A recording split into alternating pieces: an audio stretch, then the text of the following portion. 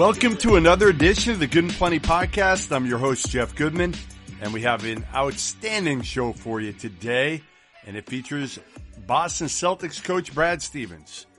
He'll address last season, how he underachieved, how the Celtics underachieved, where Gordon Hayward is at right now, mentally and physically, any regrets about last season, the newcomer, Kemba Walker, how much small ball will the Celtics play next season now that they don't have Aaron Baines or Al Horford? Remember, please subscribe to the podcast. You can do that wherever you listen to your pods, iTunes, Stitcher. You can find me at a variety of places, including on Twitter, however painful I can be, at Goodman Hoops. You can also find me at Watch Stadium. CLNS Media is who runs my pod. And remember, please don't only subscribe, but also give us your reviews of the pod. That is certainly helpful. But let's get right to it. Brad Stevens, Boston Celtics head coach, on a variety of topics. Here we go. All right, Brad. So we've known each other a long time, and I tried to dig up some more funny dirt on you. I think I tried this 10 years ago when you were in the national title games. Didn't go well. I still have nothing. Like, I reached out to former assistants, a little bit of everybody. The quote I got was, he's probably about as vanilla as it gets. Good. You like that? I do. Thad Matta gave me a little bit of something, though. Yeah, but Thad is... He makes stuff up. Yeah, Thad sometimes creates his own stories. He does, but this is a good one. I'm going to go with it anyway. And I absolutely love him because he's my favorite storyteller in the world. He said back when you worked at Eli Lilly and played on their corporate team. Oh, yeah. He said something like you wouldn't pass the ball, so that they had a team meeting. Yeah, I think that was a little strong, but I did get one of the directors came over to me and said, "Hey, spray it around a little bit more." So that was probably my cue to stop playing, and to it's funny now. I was 22 years old working in the corporate world, and then 8 months later, I'm making no money sitting in Thad's office, trying to figure out what I've done by leaving this pretty secure corporate gig and going and sitting in there. But Thad threw me an opportunity, and I'll be forever indebted to him. And Tracy still says that Thad is one of the people that she can tell that I can just go to that. I can say whatever is on my mind, kind of that unfiltered place with. And I think everybody can with that. Oh, he's the best. He's absolutely the best. And I'm so happy that Ohio State's been so good to him all the way through, but then the way they honored him the last couple of years with the banner and the rafters, and then they went, they did the Hall of Fame speech this past weekend, and then the girls, Allie and Emily, are both freshman and junior at Butler, so it's like full circle for all of us watching these. Their two little girls end up at grown up Butler. So I want to know, you're so mellow on the sidelines. So even keel. I remember seeing I don't know if you know this, I was at the game, your rookie season in Carbondale, Southern Illinois.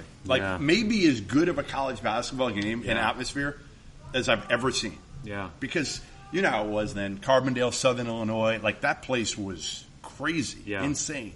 And you win the game on a half-court shot, AJ Gurley. 30-footer, yeah. Right? We had 6 seconds left to get the ball up the court. We were down. We were really good. I think we had maybe lost one game at that time. And AJ was an actuarial sciences major who ended up, now he's an actuary. I've actually tried to get him into statistics on a couple of different occasions in the NBA and in college basketball. Some people that have looked for that basketball analyst role.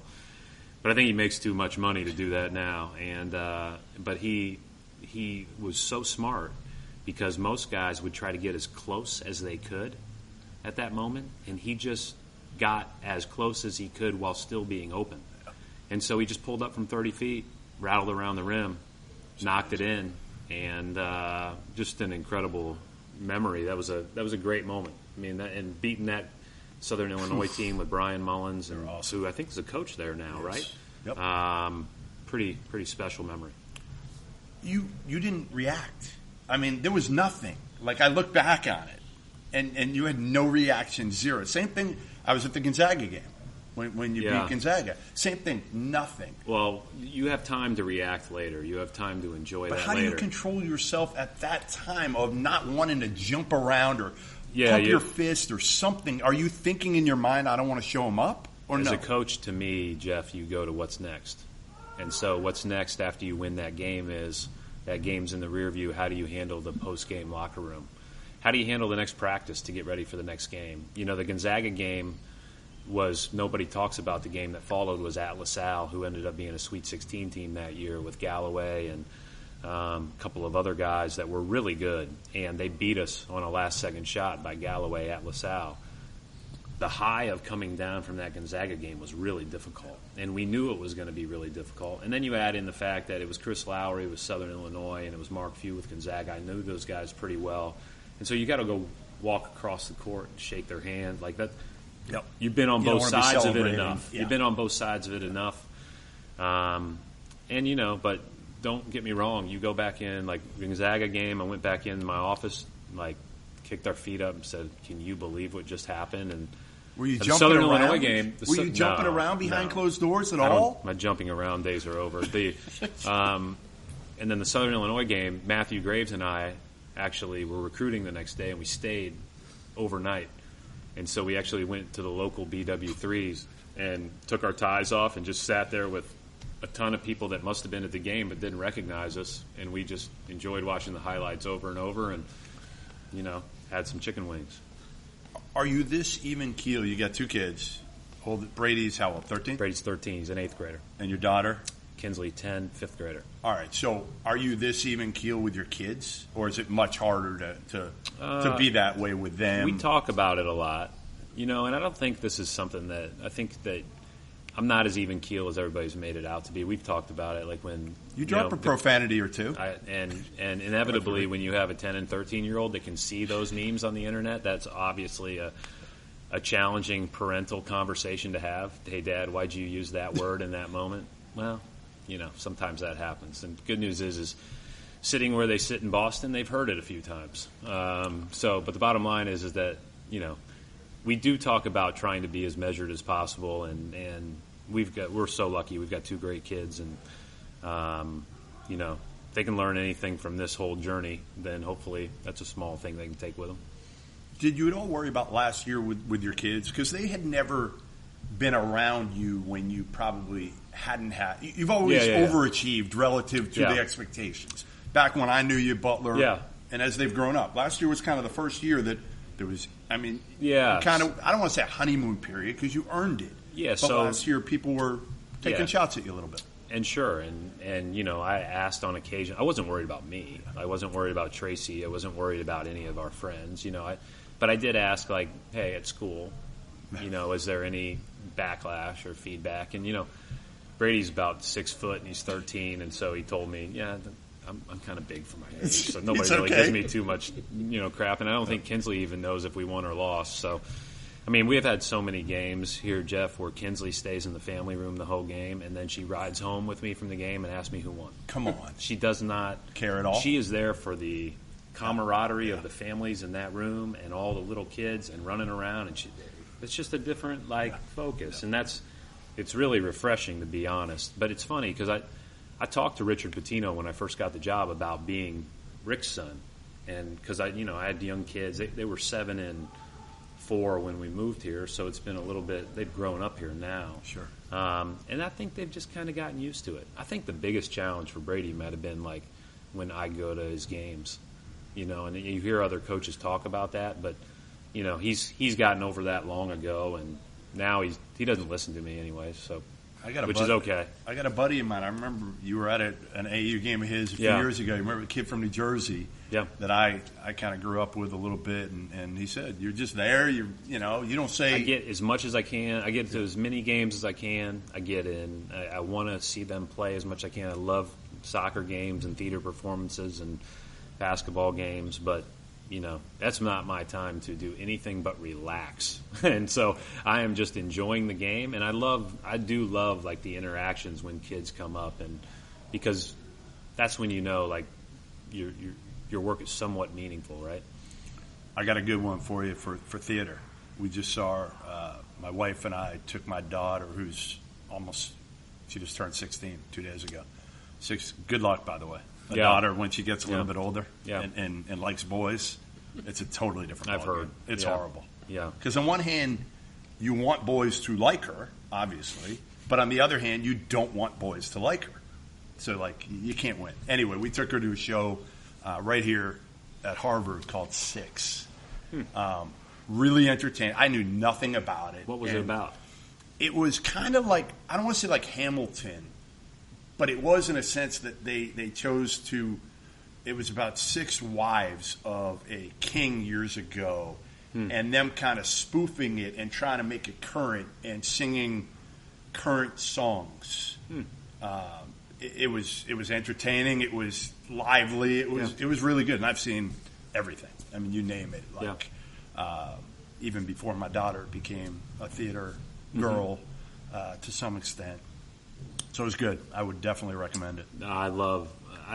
One of my favorite trips with Kinsley was when we just took off and went to New York after the season a couple of years ago and went to Broadway. What did you see? That time we saw Matilda, which was I've not excellent. seen Matilda. It was excellent, and it was like 36 hours of just the two of us. Yeah. And those are the best. I did that with my daughter a few years ago too. We saw Les Mis. Yeah, being able to take moments like that, and this is one of the good parts. Obviously we work as the media does that follows our team all the way through the season. It's a long, arduous season, but the Celtics are great about make sure you recover, make sure you take time with your family, and even during the season, it's a real family-friendly place. Our kids travel on a lot of flights with us. They are at a lot of road games, and whenever they're not in school, there's a good chance there's at least a couple of families with us. So the last couple weeks, it's been Team USA has been the only thing going on.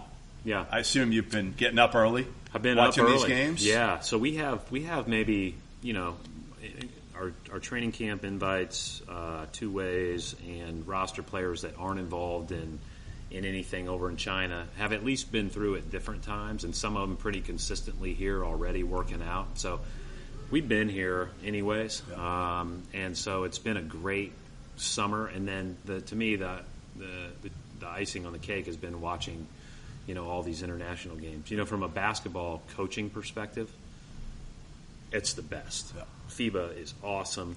I mean, the NBA game has taken a lot from international play, and not just the 4-around-1 spacing with the roller to the rim and all the skill around it, but just the different intricacies and the great plays. And there's so many great coaches around the world, and there's so many good players, some of which have never been in the NBA, and some of which have never really shown as much desire to be in the NBA. Yeah. They're just playing other places, and they're great. Yeah. And so and it's called differently. It is a heck of a challenge. And I was actually at practice days 3 and 4 for Team USA this year, and everybody is talking about how they didn't win it. I'm going to tell you how far they've come. Really, they've made great strides. People don't understand that. You're just throwing 13 guys together that against have never teams played. that have played forever. Right. And I sent all of our guys a text yesterday that said, "Listen, I'm honored to be like a colleague of yours, a coworker of yours, because you put yourself in that arena and you went after it." I heard Pop say that exact phrase. You put yourself in that arena yesterday. And they gave it everything they have, and they will continue throughout whatever they get. But they have decided to do that, and they will all reap the benefits of that, because there's nothing like going through this kind of experience as you get ready for a season. You feel like the positives clearly outweigh the negatives for the 4 guys that went from Boston. You can ask them all individually kind of what they think. I don't see a negative, other than they I'm sure they all are really stung by not winning it, and I know how much they've all invested in it. I know how much Pop, Steve, and Lloyd and their whole staff have invested in it. But I also think, as far as learning and growing and getting new experiences, seeing different styles of play, playing against players in the world, and under a different way the game is called. It's way more physical, especially on rim drives. I think they're all going to be better because of it. When you watch Kemba, what do you think? I mean, obviously, Yeah. you've been familiar with him forever since I saw he beat your you-know-what in the national title game. Way before that. Way before that. Yeah, Ron Norwood almost didn't come to Butler because the first time I saw him play was against Kemba in an AAU game, Really? and it was just a disaster because Norwood couldn't guard him? No. Oh, Norwood will tell you. There was another. No, he wouldn't. He'd be very honest with you. But it wasn't his fault. Obviously, they had another kid on Kemba's Gauchos team named Theodore that was a blur too. He could really play. Yep. He was really fast, and that was a tough time to evaluate your possible future point guard. But I've watched Kemba all the way through. He's obviously got a dynamic way about him, both on and off the court, and I think that he'll fit right in with us. I mean, we've been really lucky here, with. I've coached Rondo for a year and a half as he was coming off his ACL, and I learned a lot more from him than he probably ever would have learned from me. And then you've got Isaiah, and then Kyrie, and now Kemba. I mean, I've coached some of the most very different too gifted point guards you can imagine, and so very different, but all special. And Kemba is in that realm. I mean, he can play on the ball, he can play off the ball, and I know that he's looking forward to getting it started, but I also know it's going to be a transition for him. And, he's the kind of guy that's really invested in where he was. And so this wasn't easy. It wasn't all easy. No. He wanted to be here. It was a big, important thing. But we also have to all understand that, he's getting here for the first time, and he's going to learn us quickly, and, we'll see where it goes. But we're really excited about it. So going back to the Team USA a little bit, the only negative I could see coming out of this is that these guys could be fatigued by the end of the year if you're not careful. So the only thing just from a physiological perspective, the only thing that I think you have to manage when you come back is the rest from the travel. Yeah. The guys that are working here are working out every day. They're working out every day, right? The guys all over the country, they're working out every day. Now, they're not getting the intensity of emotion right, that comes with playing games on that stage. Sure. And I do think that there is a fatigue factor with that. But from a physiological standpoint, it's just going to prepare them to be in great shape for the season. I think we all try to manage the load as much as we can. And, we're all on that. And we're not going to ask them to do a lot. Obviously, if they come back through here next week, then we're going to say, hey, go get a nap. Tice actually was here today. He just got done playing as well, and he landed on Tuesday, came back in today. He told me he wants to start working out next Monday again. So you need about a week to deal with the travel, which is a real thing. The thing that always struck me about Kemba, and I've known him since he was with the Gauchos, is the infectious personality and the leadership. The one thing I remember asking guys that he played with in Charlotte was, how is he as a leader now? Because he was always kind of quiet, but always smiling, always a kid that you could tell everybody wanted to play with. Yep. But had he grown into that kind, and I think it was Frank Kaminsky said, no, he'll get into guys if he needs to, but he'll do it the right way. Yeah, I think he's just probably one of those guys that maybe a little bit like Horford, where he probably doesn't say a lot, but when he says it, it probably carries a lot of weight. And so that'll be needed. I mean, we're a young team. We have Brad Wanamaker's 30. We don't have another 30-year-old on our roster.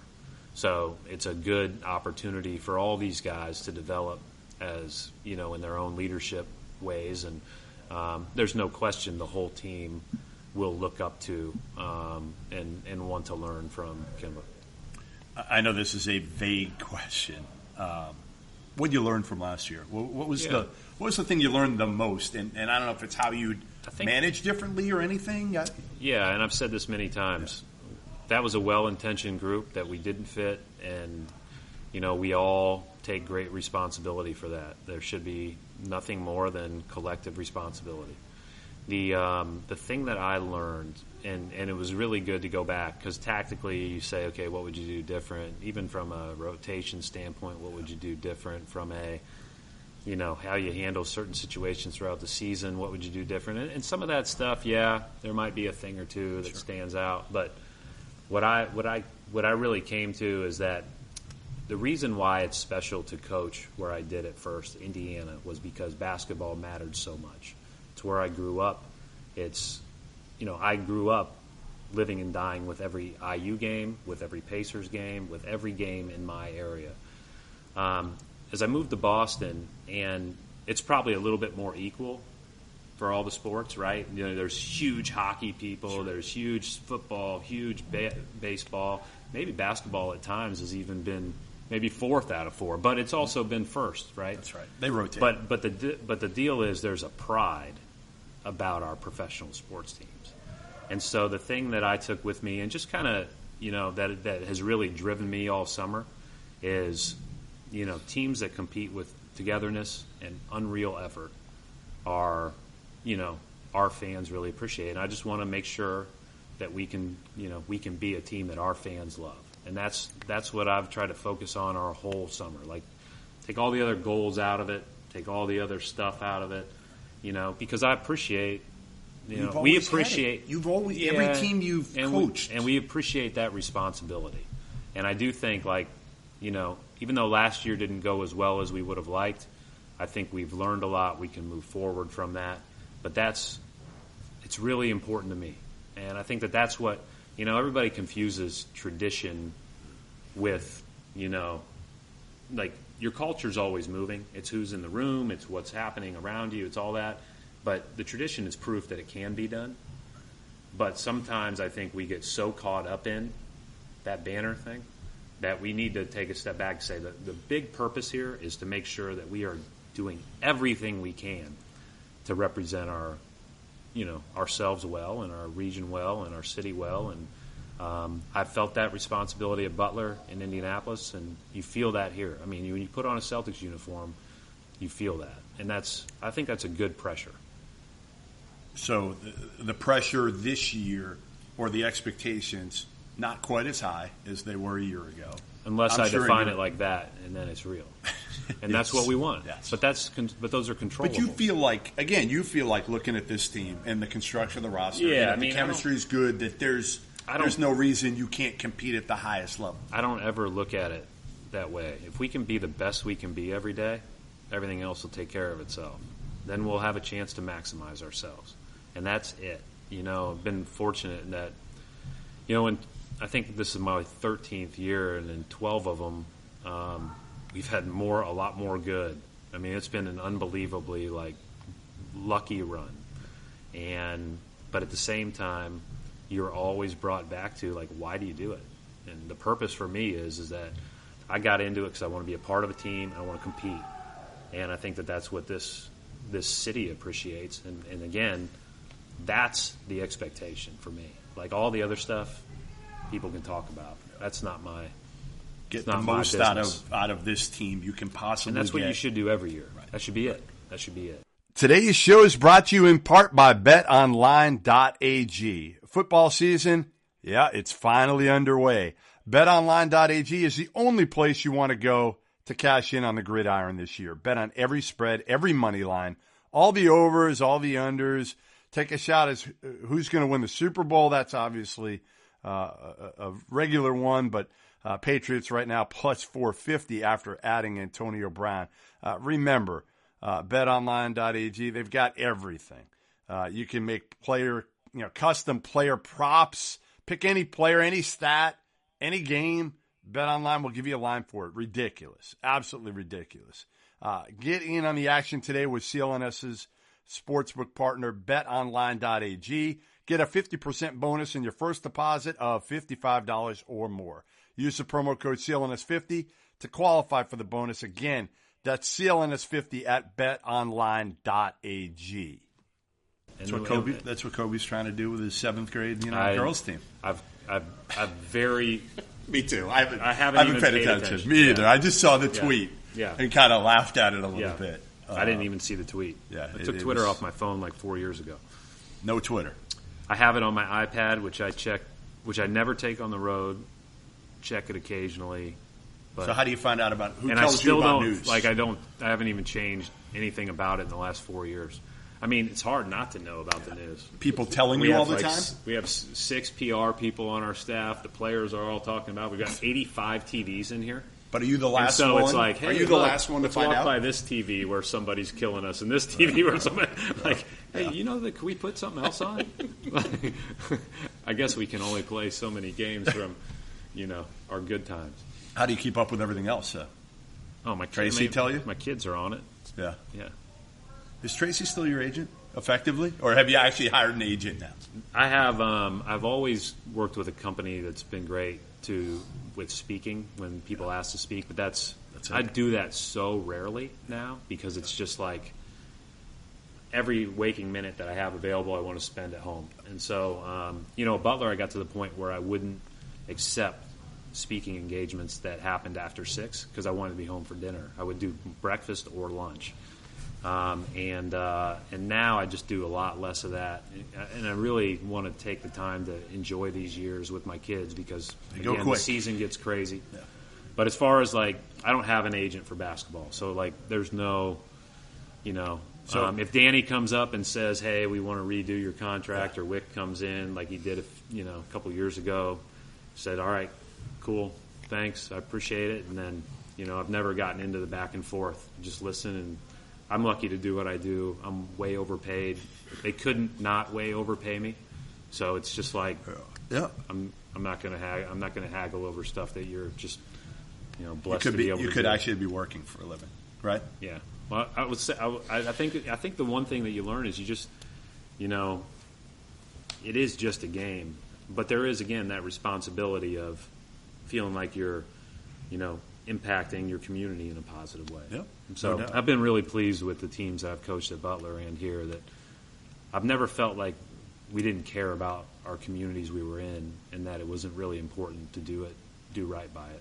Well, Butler, listen, if there's a Butler game on TV and you're not playing, you're watching it. We're not missing it. Tracy's on the board, and so she's very active and involved over there.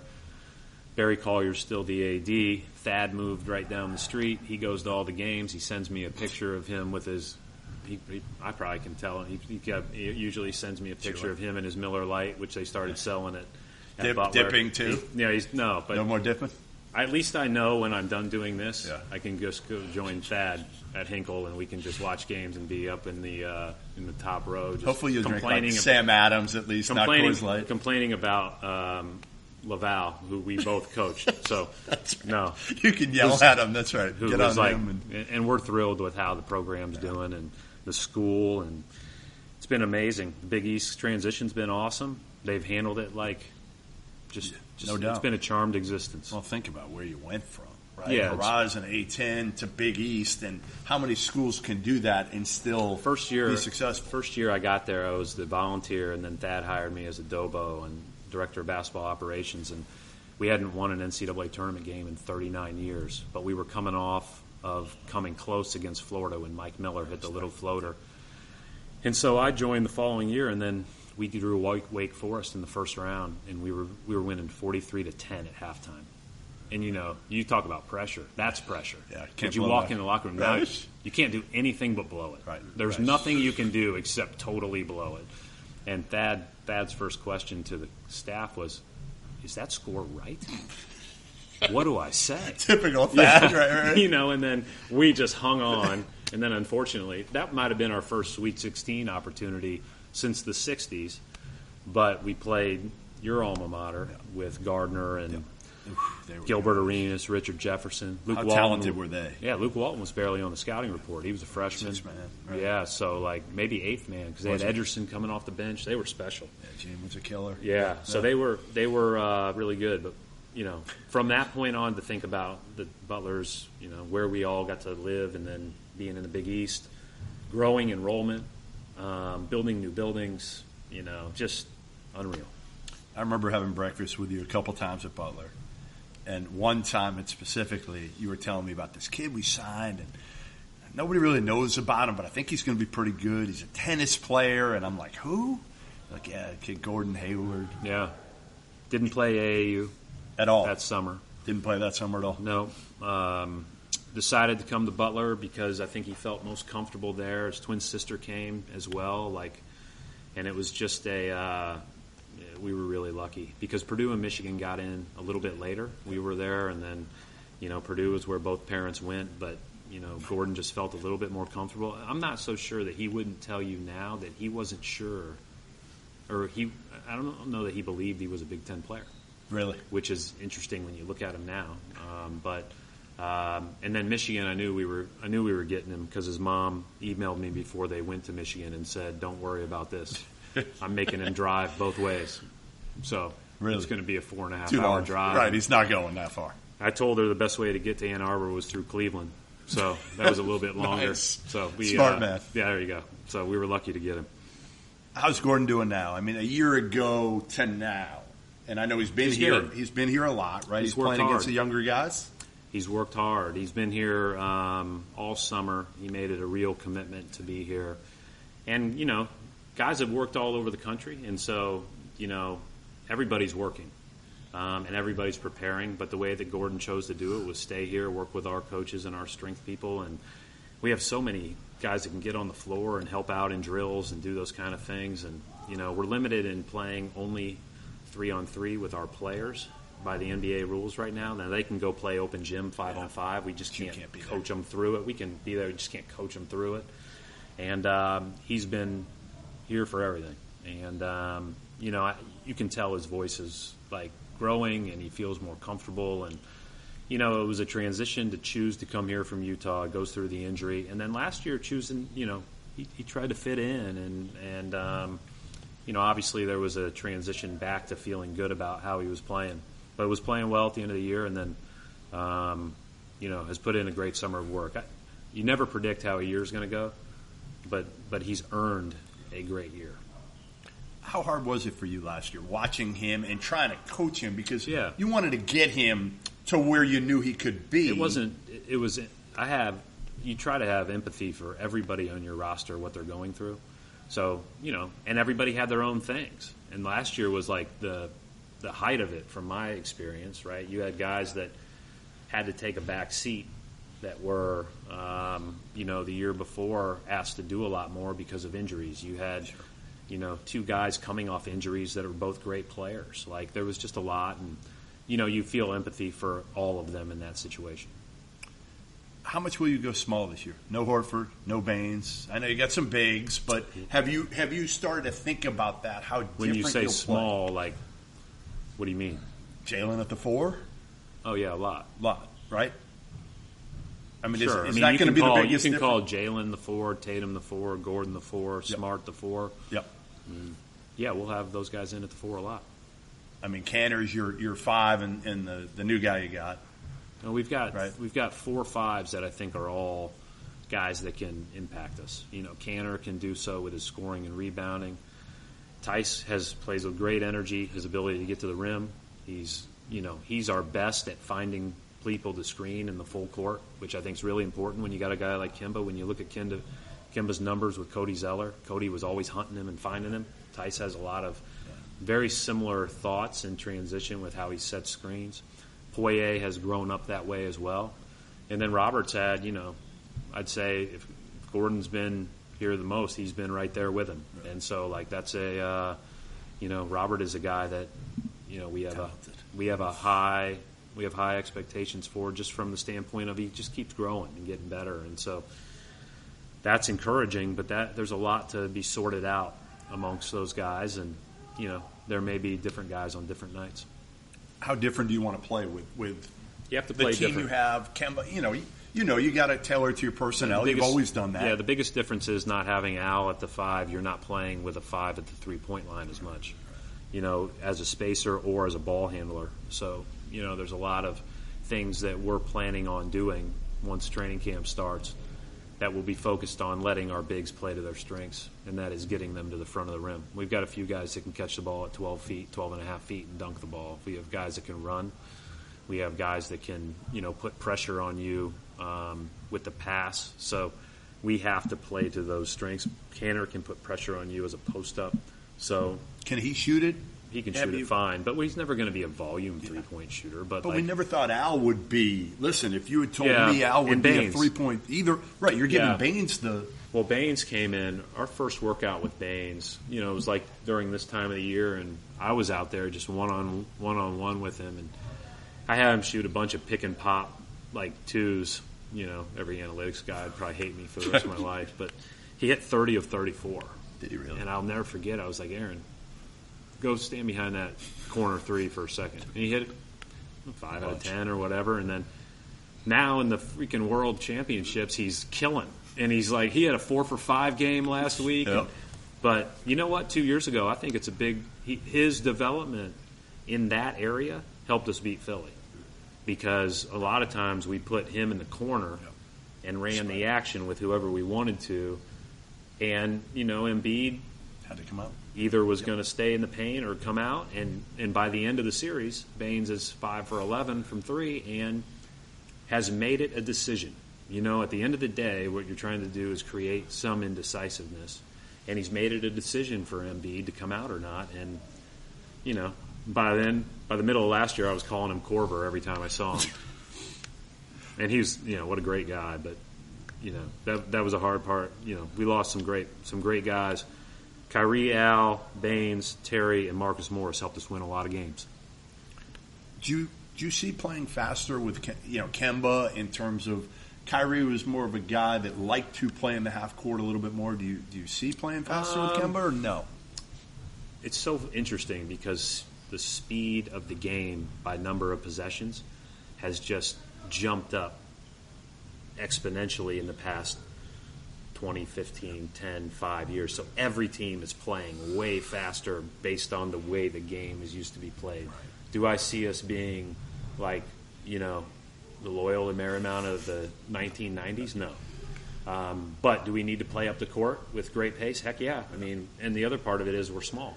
And so we have to use our skill and we have to use our speed. So getting the ball up the court and getting our bigs to run are going to be 2 major emphases. Your biggest concern rebounding going into the year because you're small? No. I don't even worry. Well, basketball stuff always take care of itself. It tells the story. It'll tell you. The game will tell you what you need to work on. We got to make sure we got all the other stuff good. All the intangible stuff, all the stuff that matters. The togetherness, the readiness to handle the bumps, because the bumps are coming. The first part of our schedule is very tough. And I think when you look at our schedule, if we can look at ourselves on January 15th and we say, I feel good about where we are here, need to improve here, and we're still in a good spot, then I'm going to feel really good about where we can go. 6 years at Butler now. You've got 6 done in Boston. It's going to be my 7th year. It's crazy. Yeah. So you're 6 and 6 there. So the biggest adjustment. 13 at Butler because I was an assistant. So that's true. I'm just counting the head coaching years. Head coaching years. Those are the dog years. They are the dog years. Although being an assistant under Thad, might have been the ultimate dog years. No, Thad and Todd were easy. Thad is easy. He's so easy. So you read these stories about coaches staying in their office till 2 in the morning. Those guys didn't care. Oh no, you went. They told you to go home. Really? Is that where you've got it from now? Yeah. Of even we have at so the NBA much level? technology. Like why? Right. You can get your job done. Now you have to all have pride to do it well, and you have to make sure you work, and you have to put in a lot of sweat equity. You have to have a high motor. But everybody here has that, and everybody there had that, and they just trusted you to do your job. And that's what I always loved about. We talked a lot about that, but Todd was like same.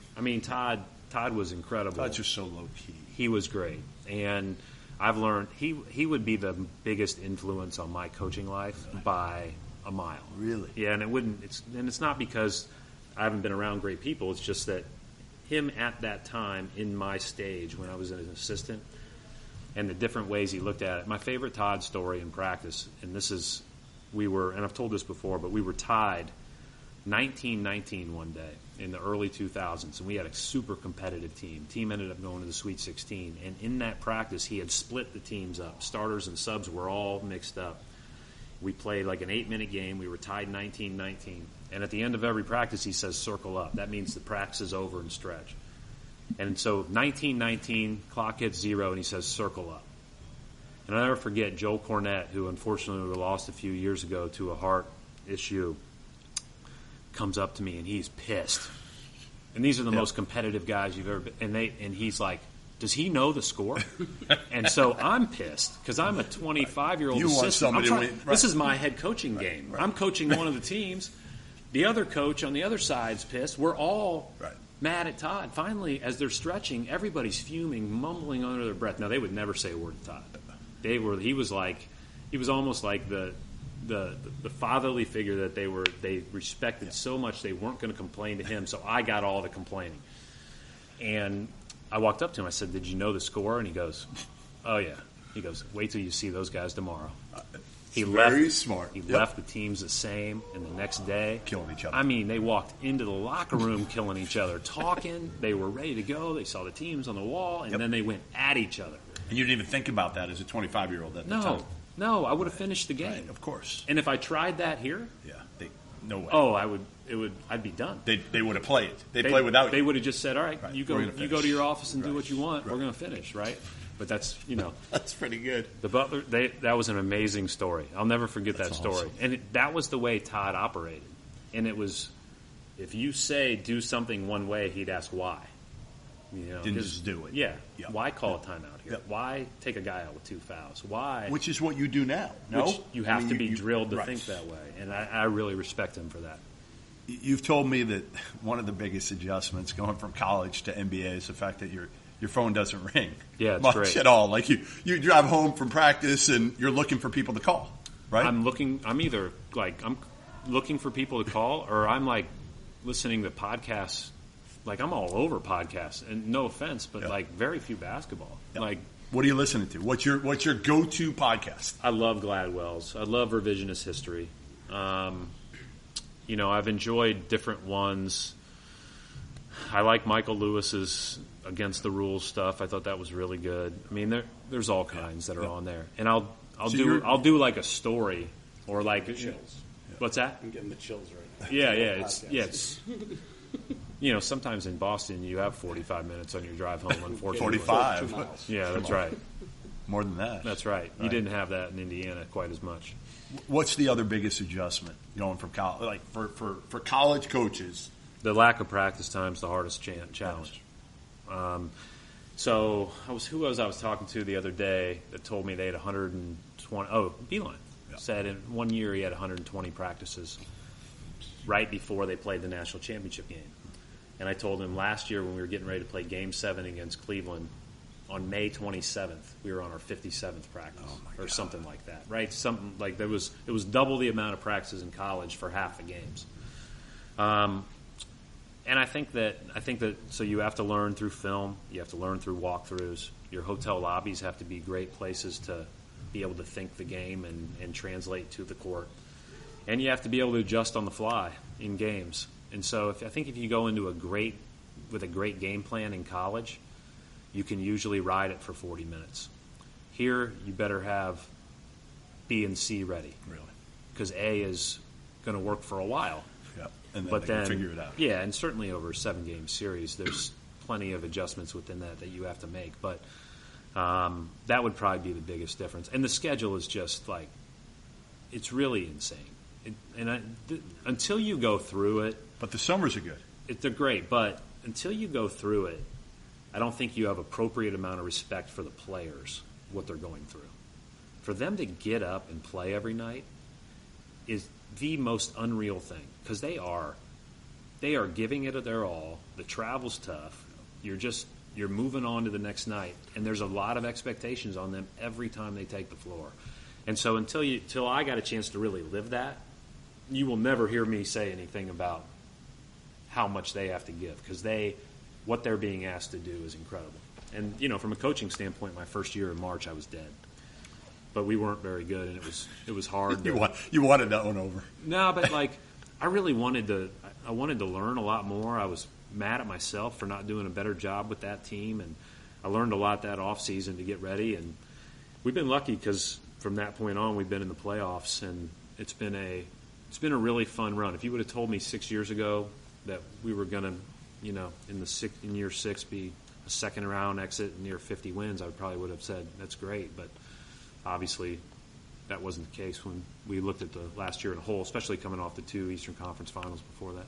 You're 80 games over 500 in the last 5 years. Really? Yeah, pretty good. I had no idea. Yeah, it's pretty good. It's hard. There's not an easy game in the NBA, and the coaches are amazing, the players are amazing, and I'm still trying to figure out where that Division III home game is on the schedule that we used to have at Butler.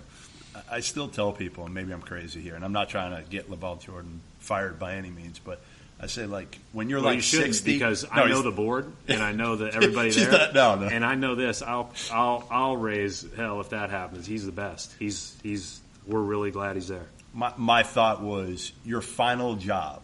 You're 60 years old. You're 65 years old. Whatever it is, and you're done, and you've done everything you could in the NBA. Oh. Do you want to go back to Butler and coach one more year? Give it one more shot?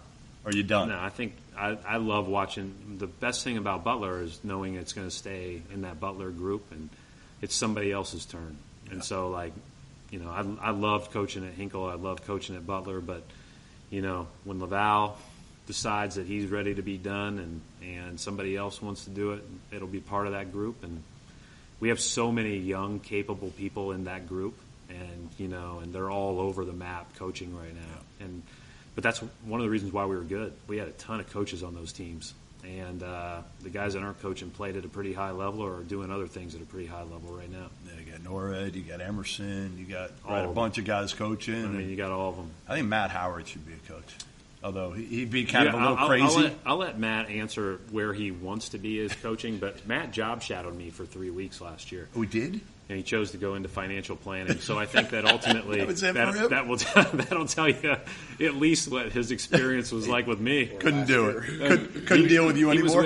He was with me all the way through the preseason. Really? And he was at my house, and we were getting up at 6 and driving in and leaving whenever we were leaving. And no, he's as good as it gets as a person. So awesome. Whatever he wants to do, he'll do it well. And he's got a beautiful young family, and you know, he'll be good. So last question, I'll let you run on this.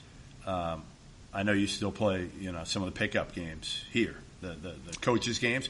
Haven't played 5-on-5 up the floor in years. What are you bringing Missoula and Kara Lawson in for? Because whatever you're going to do, even if it's 3-on-3, it's going to send you to an early retirement. We added Jordan Paczynski as a player enhancement, so we've got a 7'2" guy. You're not driving the lane. No, and then we got Evan Brads. Yeah. You know, Evan Brads is out there working out, and he's like rebounding for some of our draft picks, and you know, he probably scored more points than any of them in college. Like, he was a special college player.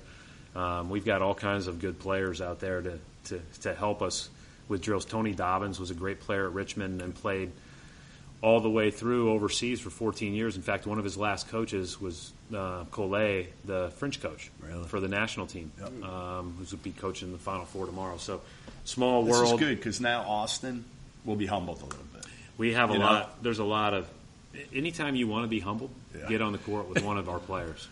You get humbled quick. You get reminded when you get in a drill just how good these guys are, and they are unreal. And the 450 players that get to play in the NBA,